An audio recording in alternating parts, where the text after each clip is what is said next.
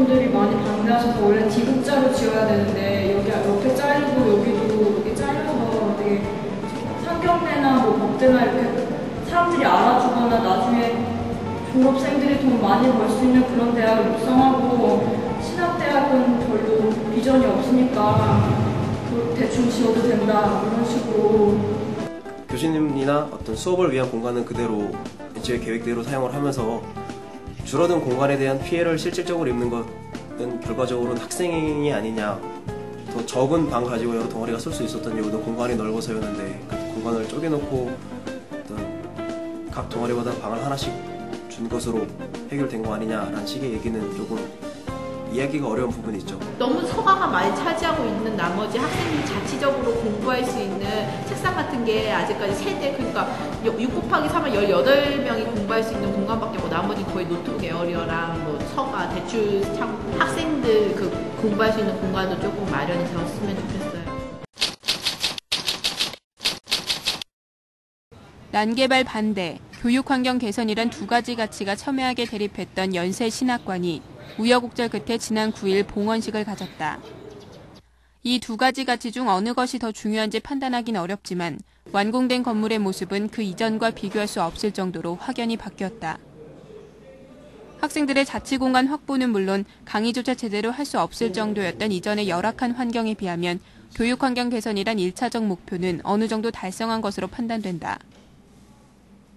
그러나 곳곳에 미봉책인 사안들이 눈에 띄어 자칫 시간이 지나면 큰 문제가 될 수 있는 것들이 몇 가지 발견되고 있다.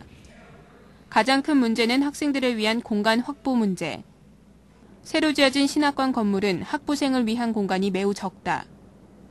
본래 계획했던 건물 규모가 일부 구성원들의 반대로 줄어들었기 때문인데 이로 인해 학생들의 공간은 모두 지하로 밀리게 됐다. 특히 도서관에서 공부를 할 수 있는 수용 인원이 지금으로선 20명에 지나지 않고 동아리방의 규모 또한 이전보다 줄어들어 학생들에 대한 배려가 얼마나 이루어졌는지 의문시 된다. 학생 자치 공간이 너무 줄어들었다는 거죠. 그러니까 실로 말해서 이 연세 신학관이라는 건물이 신학원이라는 대학원과 학부 학생들의 공동체적인 공간으로서 이렇게 설계가 된 건데, 그리고 그 신학관 건물 건립하는 과정에 수많은 그 난관에 봉착했을 때 학부 학생들도 만만치 않은 역할을 했음에도 불구하고 이 자치 공간의 어떤 그 퍼센테이지에 있어서 너무 협소한 공간이 배정되지 않았나 하는 아쉬움이 되게 크죠. 이 자치 공간의 중요성에 대해서 좀 교수님들이나 학교 당국의 각성이 필요한 게 아닌가 그렇게 생각합니다. 전체 공간은 늘어났는데 학생 공간은 좁아진 셈이다. 또한 학생들이 자치 공간으로 사용할 9개의 방 중에 환기시설을 갖춘 곳은 단 2곳밖에 되지 않아 향후 교육환경 개선에 대한 목소리가 또다시 불거질 것으로 보인다.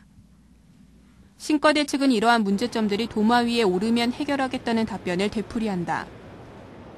그 건물의 협소한 그 위치에다가 또 나름대로 필요한 공간을 마련하다 보니까 많은 시설이 지하로 내려갔습니다.